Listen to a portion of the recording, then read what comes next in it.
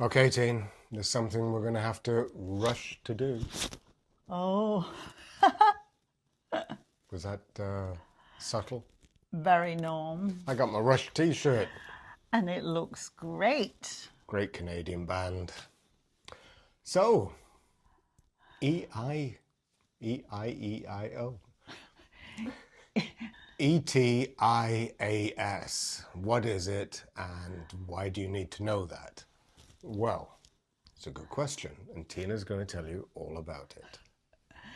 Well, it's actually very important because as from January 2024, you are going to need a European travel information and authorization system. In other words, an ETIAS.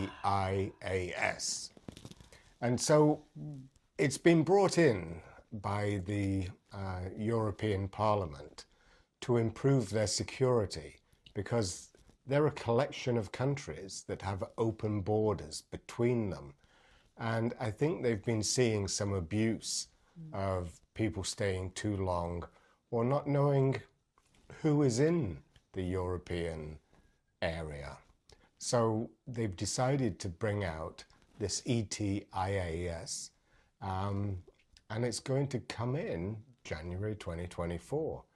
So there's two problems that we potentially see. Firstly, if you decide to go to Europe for wintertime and you arrive in December, come January the 1st, you're going to have an ETIAS.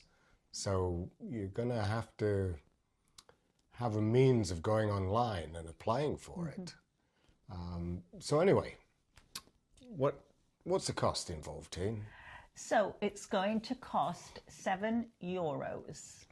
And if you are, and that will give you unlimited entry for 3 years. And that's a good deal because the US have a similar system for foreign nationals coming to the US. And that's $21 and it only lasts for 2 years. Wow, that's a lot, isn't it? So it's not too bad. And we should point out that if you have children that are under 18 or if you are over 70, then it is free. There is no cost. But you still have to apply for it. Yes. And I guess we should say, Norm, that it's not actually a visa. It's a travel authorization. That's what they're calling it, isn't it? So it's still going to be visa-free for all the countries that are currently visa-free to go to the European Union. And that includes the US, Canada, Australia, New Zealand, the United Kingdom. So it is just a way of the European Union being able to keep track of you. Now, there are a couple of things. You apply online, so you're going to need your passport, so you can fill in all that information. They're even looking for your parents' names as well. You need a means of paying for this online at the time. So they're predicting how many people are going to get this immediately? Well, they're thinking that probably about 95% of people, there'll be no problem. They're going to go on, fill it in. There is a lot of information that you have to give because it is a security screening of you and they're going to check into everything. So make sure you answer it all correct. But there's no biometric recording, so that's fine. So if you're a bad guy, you better watch out because you might not get your ETIAS. That just trips off the tongue. Oh, doesn't it? Hey, it's really not that easy to say. And there is a couple of interesting points too. For example, as Norm said, you will need a passport when you go on for it. But let's say, for example, your passport is going to run out in 2 years. Well, your ETIAS will then also run out in 2 years, because whichever comes first. It's linked to that passport. Yeah. So, and the other important thing is when you do get a new passport, you're going to have to go back. If you're continuing to travel into Europe, you're going to have to go back online with your new passport and put that information in. and apply for another one as well. So You got to keep updating all your information, haven't you?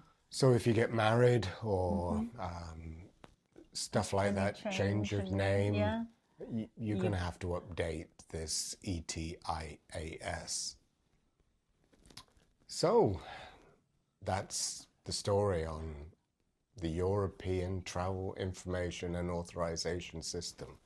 Do excuse us for reading it because it's quite a mouthful, and we had heard that this was coming into effect, isn't it? So we're actually, because of what Norm pointed out, we're going to be going in January, a couple of weeks after this. So fingers crossed that we're one of the 95%.